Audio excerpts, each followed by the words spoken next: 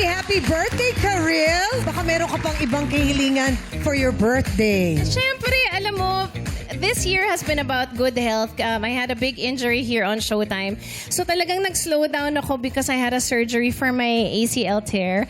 And dun ko talaga naramdaman yung minsan sasabihin sa'yo ng mundo, it's time to slow down and just see what's around you. It makes you really appreciate, once again, the people around you. Sabi ko, you know what, this year, I really, really appreciate my life. And dadating tayo sa panahon na parang, paano ba ito? Ang hirap ng buhay. Pero when you feel a bit of a threat, makikita mo, ang ganda-gandang mabuhay. And sana maramdaman niyo yan through our music, through our being here every day, showing up for all of you. Because you also show up for us, madlang people. So maraming salamat.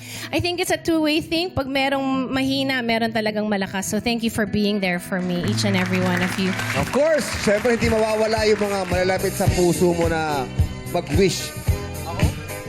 Best friend, meron ka bang sasabihin? MC.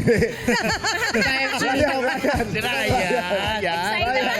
It's my turn! Ate Karil? Oh, iyak na yun! Siyempre, special sa akin si Ate Karil.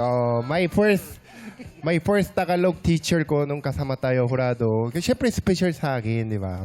Baka dahil sa'yo bulol ako kasi ikaw nagturo sa akin. Ay, nasisi pa? Di joke lang. Sinadya ko yun, Chang. Pero dahil nga dyan, minahal ng madlang Yes. people. Ate Karil, happy birthday sa'yo. Hindi ako showy kasi sabi nga Korean ako. Pero everyday I listen your radio. I support you. Kasi inside at outside, ako yung proof na ikaw ay parang anghel. Sobrang bait.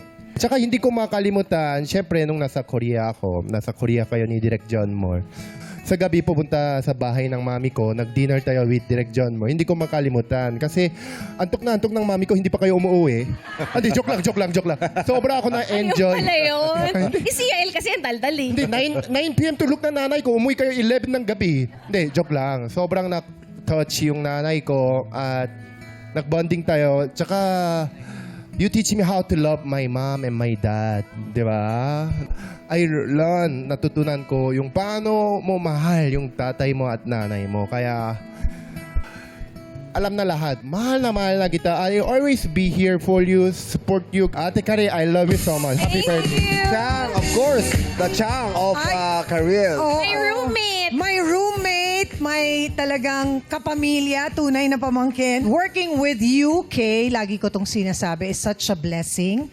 Kasi talagang nakita ko yung love mo for OPM, yung love mo for live music. And not only that, si Karil is so loving, hindi lang sa mga kapatid niya, sa mama niya. She always makes time for them. Sobra ko din na-appreciate na may nangyari bang aksidente, but it made you realize a lot of things, diba? Your health, yung sarili mo, to take good care of yourself.